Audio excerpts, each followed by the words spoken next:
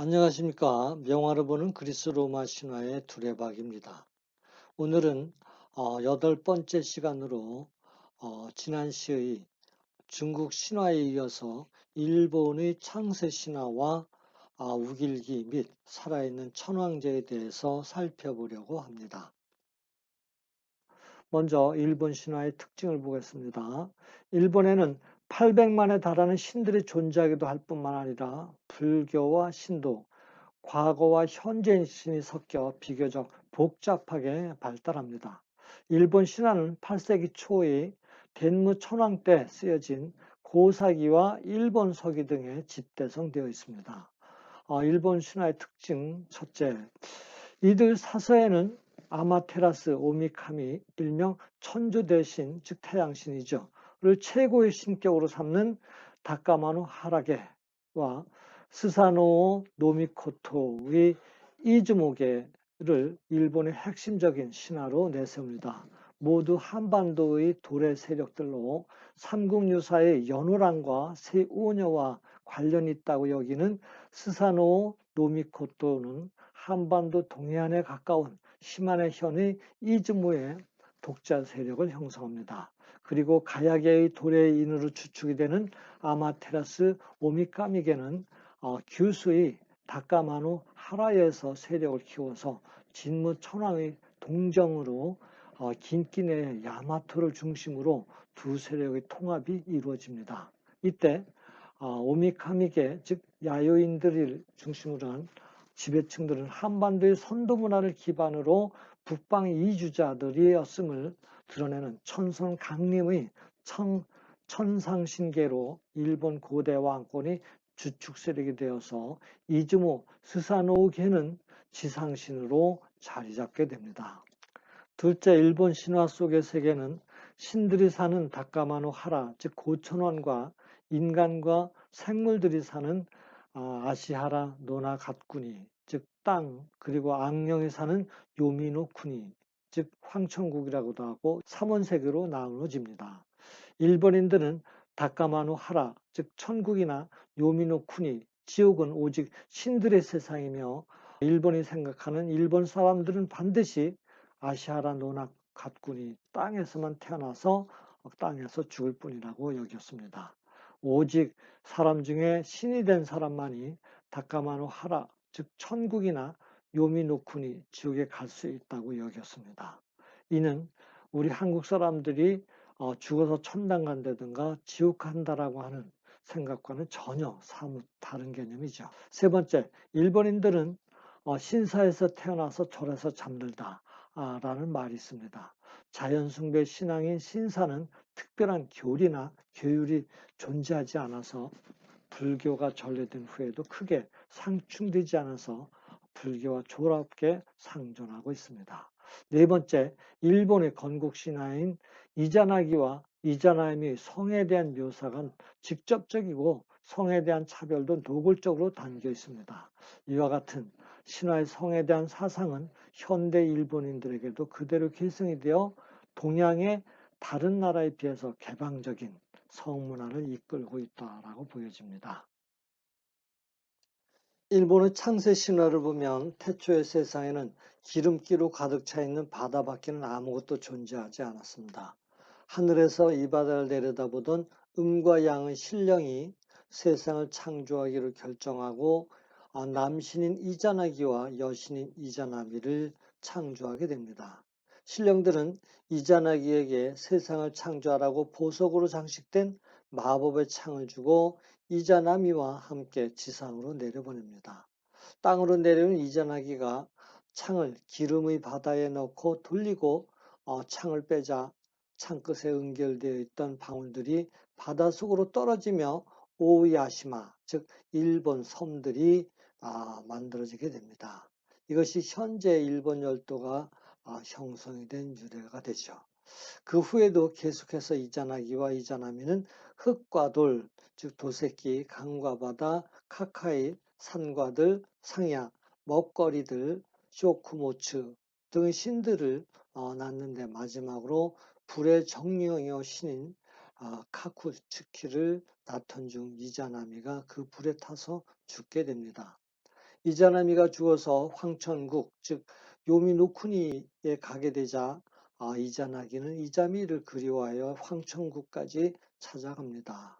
이자나기는 천신만고 끝에 이자나미를 만나지만 저승의 음식을 이미 먹어서 추하게 변해버린 이자나미를 보고는 겁이 나서 도망을 치게 됩니다.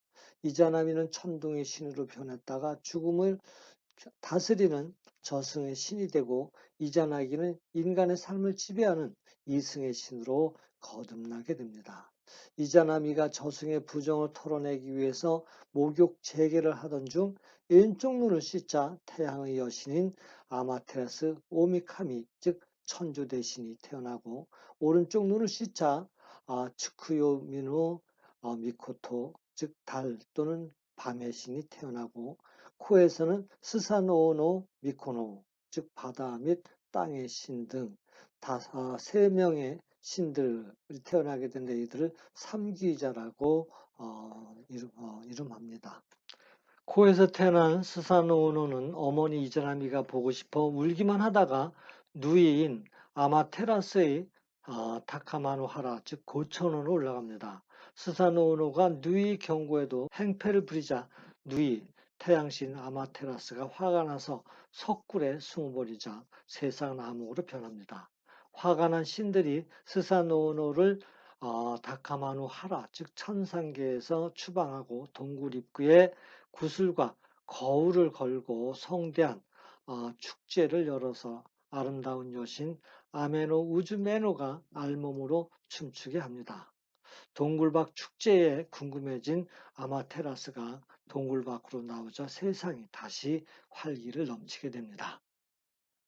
이후 스사노오노는 지상 이즈모노 쿠니로 내려가서 사람들을 괴롭히던 야마타오루치란 머리와 꼬리가 8개 달린 큰 뱀을 죽이고 그 꼬리에서 얻은 칼을 아마테라스 오미카미에게 바칩니다. 이어서 공료로 바쳐졌던 쿠시나다 히메를 구하고 그녀와 결혼하여 오쿠니 누시노 미코토를 낳게 되자 그가 나라를 세우고 많은 여신들로부터 180여 명의 자식을 낳았다고 합니다. 지상의 세계를 자신의 자손에게 물려주고 싶었던 아마테라스의 오미카미의 요구에 처음에는 거부했지만 신의 명령을 어길 수 없어서 오쿠니 누시노 미코토는 결국 나라를 아마테라스에게 바칩니다. 아마테라스 오미카미는 자신의 손자인 니니기노 미코트에게 지상의 지배권인 삼종 신기 즉 구슬, 거울, 칼 등을 준 뒤 그를 규수 남쪽 스쿠니 지역의 휴가의 다카치호 봉우리로 내려보냅니다. 이른바 천손 강림이 되는 거죠. 니니기노 미코트의 손자가 기원전 660년에 야마토 지역의 나라 가시하라 궁에 등극하여 나라를 세우니 그가 바로 일본 최초의 천황인 진무 천황이 됩니다. 일본인들은 신화를 근거로 역대 일왕은 태양신 아마테라스의 6대손 진무 천황을 시조로 만세일계로 천손이 왕위를 계승해 왔다고 주장합니다. 다시 말해 일본의 왕통은 오늘날까지도 단 한 번도 단절되지 않고 이어져 왔다고 주장하며 특히 2차 세계대전 당시에는 살아있는 신으로 숭배하며 군국주의와 제국주의를 정당화하고 패전 후 46년 1월 일왕의 인간 선언 이후에도 아직도 일본인들은 민족주의를 고취시키는 중심 수단으로 일왕을 이용하고 있습니다. 한일 역사학계에서는 아마테라스 오미카미의 천손 강림 신화는 우리의 단군 신화와 가야의 구지봉 김수로왕 신화의 융합으로 보고 있습니다. 일본 왕실이 태양신으로부터 부여받은 왕권의 상징인 삼종 신기는 우리의 단군이 하늘로부터 내려올 때에 천재로부터 부여받은 천부인에서 방울을 한반도에서 가지고 온 구슬로 바꾼 것에 지나지 않는다고 보고 그리고 니니기의 천손 강림지인 고천원을 고사기는 미야자키 현 히무카의 다카치바 일본 서기는 히무카소의 다카치바 타케라고 하지만 아마테라스의 다카마노 하라, 즉 고천어는 한국 및 일본 학계에서 일부는 고령의 구지봉임을 강력하게 주장하고 백제나 경주 유적지와 더불어서 일본 여행객들의 순례지로 각광받고 있기도 합니다. 역사적으로도 청동시대 한반도에서 건너간 야요인, 주로 가야와 백제인들이 토착 세력인 신석기 조문인들을 홋카이도로 밀어내면서 일본을 건국한 주도 세력이었을 것으로 보는 것이 통례입니다. 이미 아키히토 일본왕이 2001년 한일 월드컵 바로 전해에 간무 천황의 생모가 백제 무령왕의 자손이라고 역사책 속일본기에 쓰여 있어서 한국과의 혈연을 느끼고 있다라고 밝힌 적이 있습니다. 훨씬 이전부터 일본 천황의 선조는 한국과 깊은 관련이 있다는 것을 역사 한일학계에서는 모두 인정하는 사실입니다. 최근에 DNA에 의한 게놈 분석 결과 일본 유전학계에서는 신석시대 동남아시아에서 온 조몽인들이 정착해 있었으나 청동시대 이후에 가야 등 한반도의 변홍사인들이 규수에 정착하여 야마토 정권을 수립 후 오사카 근처의 긴기 지방으로 세력을 확장하며 고대 국가로 발전하여 일본 주류가 되어서 기존의 조몽인들은 홋카이도로 밀려나게 되었다고. 다음은 주변 나라가 그렇게 싫어함에도 불구하고 일본이 고집하는 우길기와 천황제에 대해서 살펴보려고 합니다. 과거에 우리나라나 중국에서는 일본의 야마토 화 정권을 왜라고 불러왔으나 일본으로 불린 것은 8세기 초 수나라 때부터이며 일본어로는 니폰 또는 니혼이라고 합니다. 한국의 코리아는 고려를, 중국의 차이나는 진시황의 진나라를 서역 상인들이 부르면서 굳어진 것처럼 일본을 제펜으로 부른 것은 마르코 폴로가 동방견론록에서 지팡구라고 소개한 데서 유래한다고 합니다. 일본의 국기는 일장기 또는 히노마루, 뜻은 해의 원이죠 라고도 하며 사치마번이 1860년 밀수호 통상조약 때 처음 사용하였고 1870년 메이지 유신 2년 후부터 45년 폐망할 때까지 공식 국기 역할을 합니다. 그 뒤 일본이 정식 국기로 정착된 것은 1999년 국기와 국가에 관한 법률의 제정 공포 이후라고 합니다.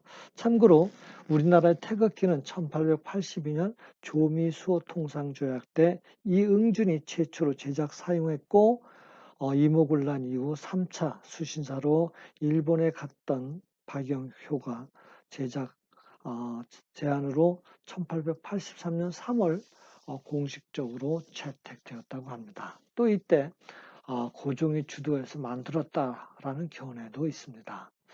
우길기는 창세 신화의 동굴에서 나서는 태양신 아마테라스의 형상을 이미지화한 것으로 일장기의 붉은 태양 주위에다가 uk광, 즉 아침 햇살이 퍼져나가는 모양을 덧붙여서 형상화하여 일본어로는 교쿠지스키라고도 합니다.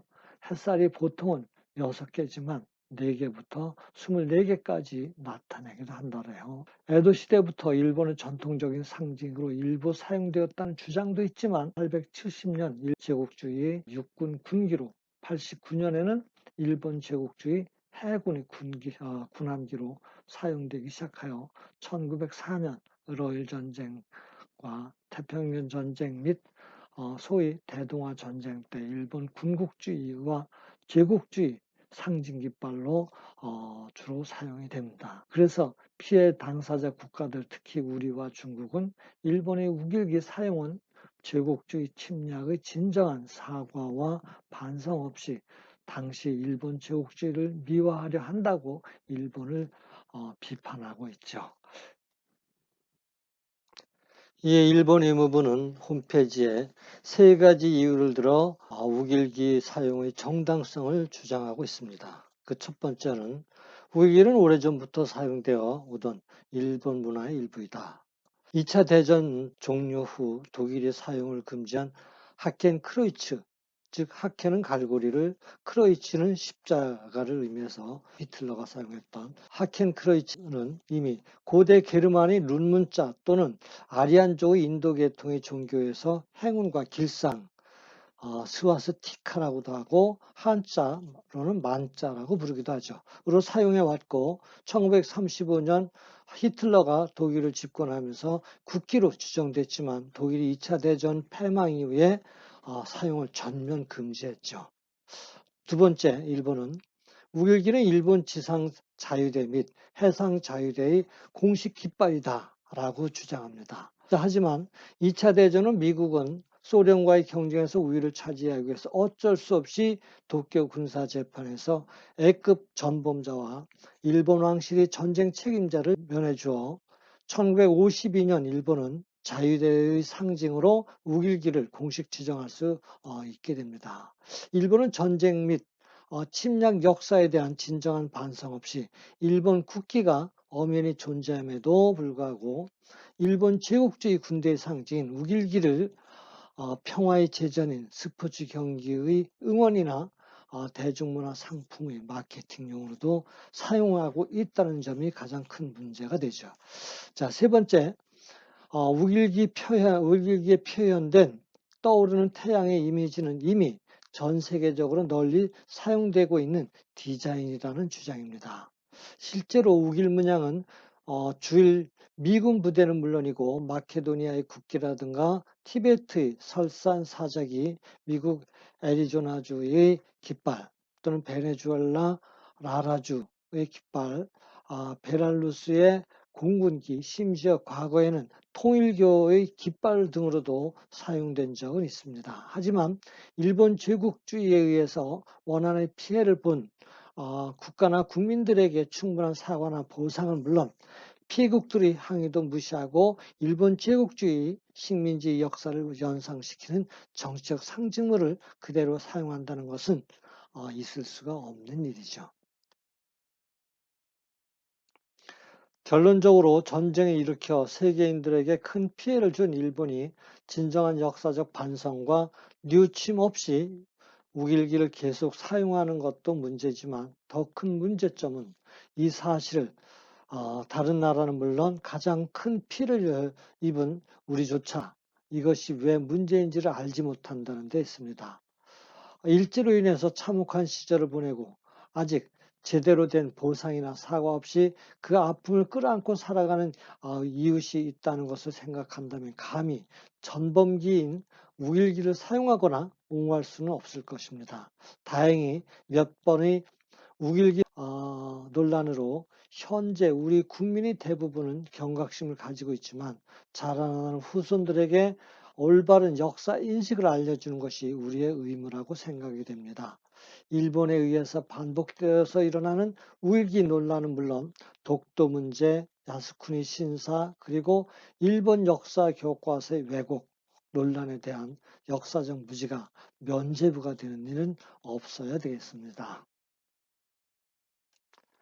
끝까지 시청해 주셔서 감사드리고요. 오늘도 즐거운 하루 되십시오. 다음 시간에는 인간 창조 신화와 최초의 여인들인 이브와 판도라로 다시 뵙겠습니다. 두레박이었습니다.